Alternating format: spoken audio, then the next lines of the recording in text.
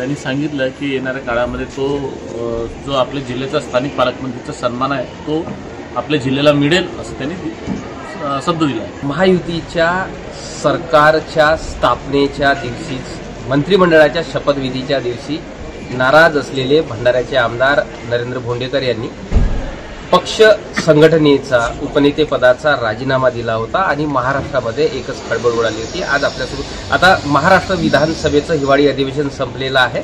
आपल्यासोबत बोलायसाठी थेट नरेंद्र भोंडेकर आहेत। भाऊ, काय सांगाल? उपनेतेपदाचा तुम्ही राजीनामा दिला, नाराज असल्यानंतर काय वरिष्ठांची तुमची चर्चा झाली, काय कमिटमेंट झालाय का? जुन्या गोष्टी विसरायला पाहिजे, नवीन गोष्टीकडे लक्ष द्यायला पाहिजे।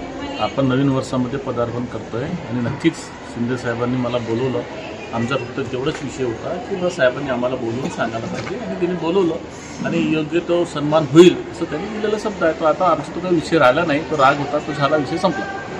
भाऊ, तुमची खऱ्या अर्थानं मागील अनेक वर्षापासून एक मागणी आहे, स्थानिक आमदार, स्थानिक पालकमंत्री। याही वेळेस भंडारा जिल्ह्याला पालकमंत्रीपद मिळालेलं नाही, लगतच्या गोंदिया जिल्ह्याला सुद्धा डावललेलं आहे। परत एकदा कुठेतरी बाहेरचा पालकमंत्री आपल्या जिल्ह्यात येतोय, काय चर्चा झाली, काय तुमची मागणी राहणार आहे? पुन्हा एकदा स्थानिक पालकमंत्र्याला डावललाय या महायुती सरकारने। तो हा सर्वच पक्षीय आमचा स्थानिक पालकमंत्र्याचा मुद्दा असतो आणि आहे आणि जोपर्यंत होत नाही तोपर्यंत राहील। पण ठीक आहे, आमचं काम आहे त्याच्यापर्यंत पोहोचवणं, हा मेसेज देणं आणि आम्ही तो दिलेला आहे। नक्कीच त्यांनी सांगितलं की येणाऱ्या काळामध्ये तो जो आपल्या जिल्ह्याचा स्थानिक पालकमंत्रीचा सन्मान आहे तो आपल्या जिल्ह्याला मिळेल असं त्यांनी शब्द दिला आहे। इथे काही कालावधीमध्ये महामंडळाच्या नियुक्त्या सुद्धा होतील, काय तुम्हाला कुठे शब्द मिळाला आहे का? महामंडळ म्हणा किंवा 2.5 वर्षानंतर भंडारा जिल्ह्याला परत एक मंत्रीपद तुमच्या स्वरूपामध्ये मिळणे असं काही आश्वासन मिळालं आहे का?